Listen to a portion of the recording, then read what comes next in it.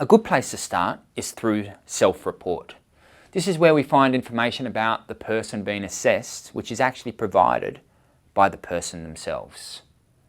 However, there are some problems in this regard, as it assumes that people are able to report their personality accurately, and that does require some self-knowledge. Secondly, it also assumes that people are willing to report their personality accurately, and of course, there is that problem of social desirability responding.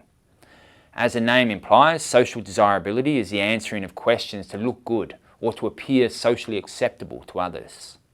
So you can see that the accuracy of self-reports hinge on people's ability and willingness to respond honestly, especially when questions focus on sensitive topics such as sexual habits or drug use or ideas around prejudice. Self-reports may be distorted by social desirability or social desirability bias. Self-reports are limited because they can't be used with individuals and in situations that do not meet these assumptions. For example, children below a certain age do not have adequate self-knowledge. Another example is when inmates are going for a parole evaluation. That's where social desirability, the motivation to look good, will overpower and overwhelm the aspect of responding truthfully. Another way of getting information is through informant reports. So that's where we get reports of personality traits by others, your spouse, parents, friends, acquaintances. A typical item may be, for example, my spouse has a vivid imagination, or my child is friendly, or my roommate is messy. For example, there's one assessment called Personality Inventory for Children, and this is really a standardised interview for parents, not the child.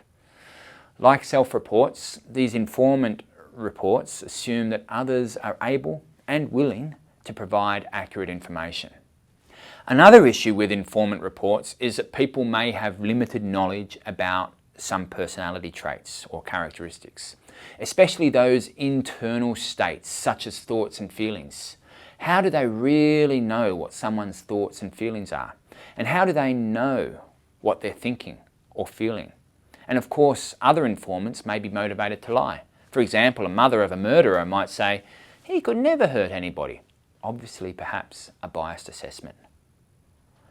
A third way of sourcing information about personality is through observation, and that is observation of behaviour or life outcomes. So researchers can observe the behaviour of people to learn about their personality. Observational studies are more immune to social desirability because it's easier to fake responses in a questionnaire than to change behaviour which is being observed in the long term. Observational studies are often very expensive and often limited to behaviour in a laboratory setting.